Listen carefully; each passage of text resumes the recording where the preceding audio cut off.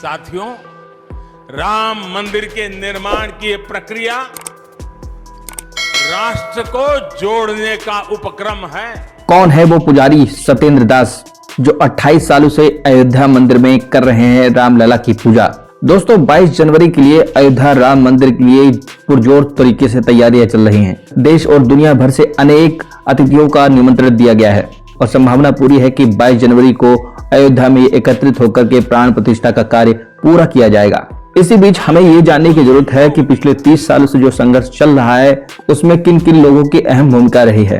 साथ साथ ये भी जानने की आवश्यकता है कि पिछले कई सालों से जो महंत भगवान रामलला की पूजा अर्चना कर रहे हैं, आखिर वो कौन है। तो आज बात करेंगे सत्येंद्र दास की, जो पिछले 28 साल से अयोध्या में राम मंदिर में रामलला की प्रतिमा के साथ पूजा कर रहे हैं। जानने के लिए वीडियो के अंत तक बने रहिए। बाबरी मस्जिद के भीतर 1949 में रामलला की प्रतिमा स्थापित कर दी गई थी। तभी से अयोध्या स्थित राम जन्मभूमि का ये क्षेत्र विवादास्पद रहा। हालांकि 1992 तक किसी बड़ी हिंसा की स्थिति नहीं बनी थी। कोर्ट और प्रशासन की व्यवस्था के हिसाब से एक पुजारी रामलला की पूजा अर्चना के लिए नियुक्त रहा।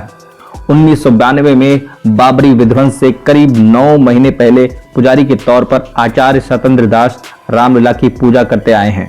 पिछले साल सुप्रीम कोर्ट ने विवादास्पद रहे इस केस में फैसला सुनाकर राम मंदिर का रास्ता साफ किया। तब से दास के पुजारी के तौर पर बने रहने पर सवालिया निशान लगा। बहरहाल अब जब भव्य राम मंदिर के निर्माण के लिए शिलान्यास हो चुका है, तो जानिए कि रामलला के प्रधान पुजारी सत्येंद्र दास को कैसे नियुक्ति मिली थी, कितना वेतन मिलता रहा, यह भी कि यहाँ प्रधान पुजारी से पहले क्या कर रहे थे। मुख्य पुजारी सत्येंद्र दास ने एक इंटरव्यू में कहा था कि भारी सुरक्षा और प्रतिबंध के बीच लंबे समय तक नियमित रूप से रामलला की पूजा करते हुए उन्हें हमेशा लगता था कि यहाँ एक न एक दिन भव्य राम मंदिर जरूर बनेगा। 5 मार्च 1992 को विवादित स्थल के रिसीवर ने उन्हें पुजारी के तौर पर यहाँ नियुक्त किया था।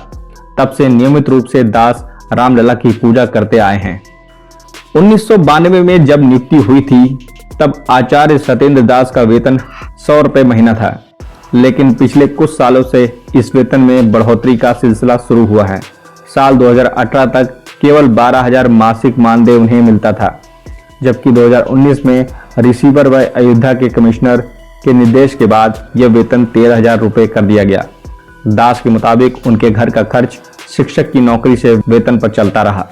आचार्य सत्येंद्र दास के रामलला विवादित स्थल के पुजारी बनने की घटना इतिहास के कुछ पन्नों से भी धूल हटाती है। 1992 में रामलला के पुजारी महंत लाल दास थे। उस समय तक रिसीवर को रिटायर्ड जज को रिपोर्ट करना होता था। फरवरी 1992 में जब रिसीवर का निधन हुआ, तब राम जन्मभूमि के विवादित स्थल की जिम्मेदारियां जिला प्रशासन के पास आ गई। तब महंत लाल दास को हटाए जाने की चर्चाएं थी। एक अन्य इंटरव्यू में दास ने बताया कि उस समय भाजपा सांसद विनय कटियार और विश्व हिंदू परिषद के कुछ नेताओं के साथ उनके अच्छे संबंध थे। सबने मिलकर उनका नाम तय किया, जिसमें वीएचपी के तत्कालीन प्रमुख अशोक सिंघल की सहमति भी थी। इस तरह उनकी नियुक्ति हो गई, जबकि वे साथ में संस्कृत कॉलेज में अध्यापन भी कर रहे थे। दास को नियुक्ति के साथ ही 4 सहयोगी पुजारियों को नियुक्त करने का अधिकार भी दिया गया। बचपन में दास अपने पिता के साथ अयोध्या आया करते थे। अभिराम दास जी से मिला करते थे। ये अभिराम दास वही थे जो 1950 में विवादित स्थल पर रामलला की प्रतिमा स्थापित करने वाले बैरागियों में शामिल थे।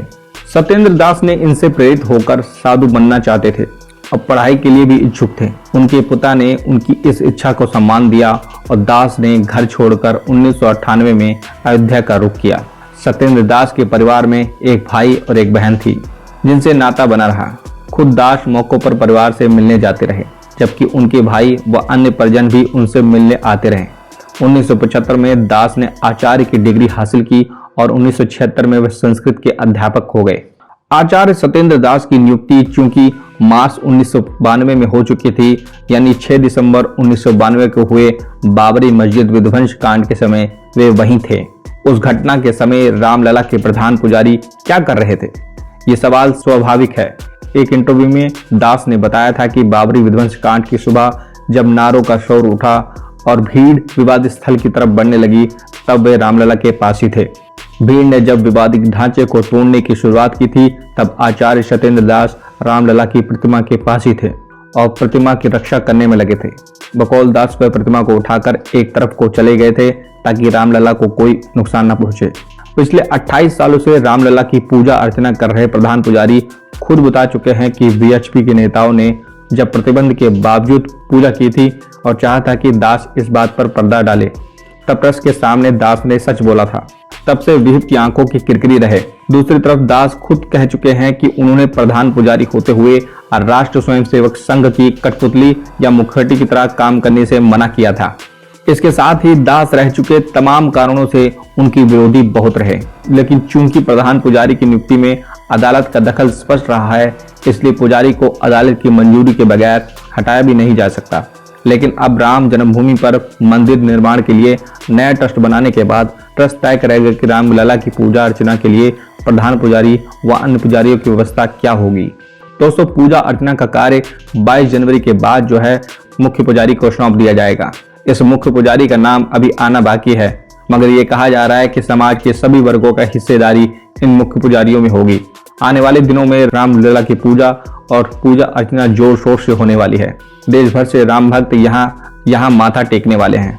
इसके साथ साथ सिखों ने भी ऐलान कर दिया है कि वो अगले 1 से 1.5 महीने तक यहाँ पर लंगर का आयोजन करेंगे। इसकी अनुमति भी उन्होंने ले ली है। दोस्तों, इस तरीके से पूरा देश जो है एक साथ संगठित होकर के इस राम के आयोजन का और समारोह का पूरी तरह स्वागत करने जा रहा है। दोस्तों, अगर आप जाने वाले हैं तो हमें कमेंट में जरूर लिखें। जय श्री राम।